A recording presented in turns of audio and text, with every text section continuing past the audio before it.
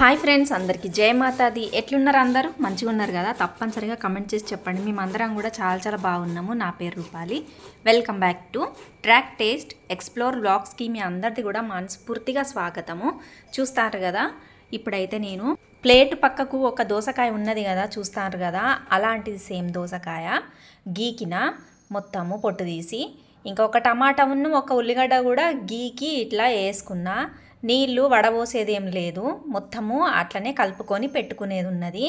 ఇప్పుడైతే ఒక గిన్నె తీసుకొని, లోతైన గిన్నె తీసుకొని, ఆ గిన్నెల తురుముకొని పెట్టుకున్న దోసకాయ, టమాటా, ఉల్లిగడ్డ మొత్తం అయితే వేసేసుకుంటాను.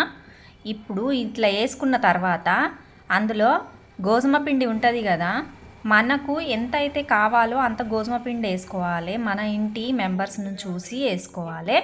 ఇప్పుడు కటోరన్నర వేసుకున్న తర్వాత అందులోకి 4-5 స్పూన్ల శనగపిండి కూడా వేసుకుంటాను. శనగపిండి వేసుకోవాలి దీంట్లో.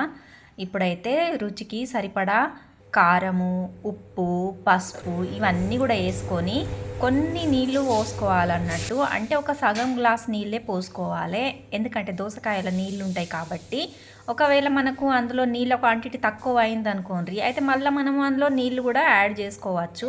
కానీ పిండి మాత్రము పల్చగా కానియద్దు. చూస్తారు కదా నేను ఎట్లా కలుపుకున్నానో, సేమ్ అట్లనే కలుపుకోవాలి. అంటే మనము బజ్జీల పిండి కోసానికి ఎట్లనైతే కలుపుకుంటామో సేమ్ అట్లనే ఉండాలన్నట్టు. ఇప్పుడైతే ఈ మొత్తానికి రెడీ అయిపోయింది. ఇంకా నేనైతే కొంచెం రెస్ట్ ఇష్టానికి పక్కకైతే పెట్టేసుకున్నా. ఇప్పుడు ఒక పెనం పెట్టుకొని, పెనం వేడైన తర్వాత ఇట్లా ఆ పిండి ముద్దను తీసుకొని ఇట్లా పెనానికి రుద్దుకోవాలన్నట్టు.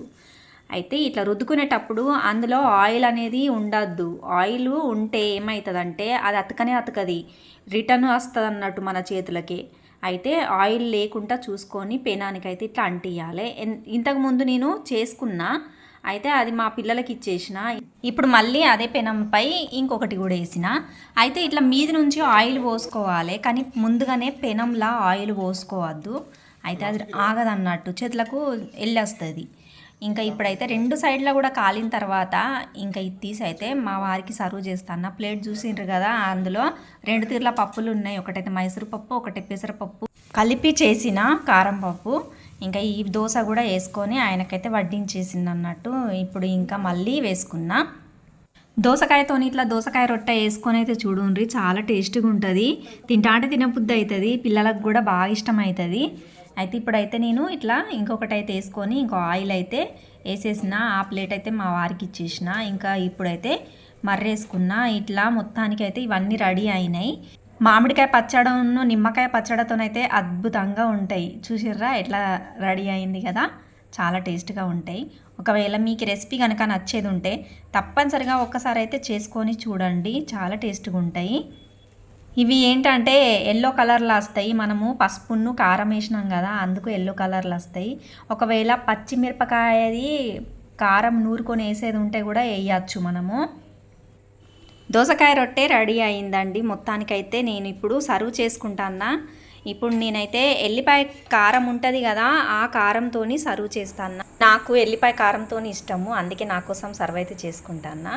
Okay friends, take care.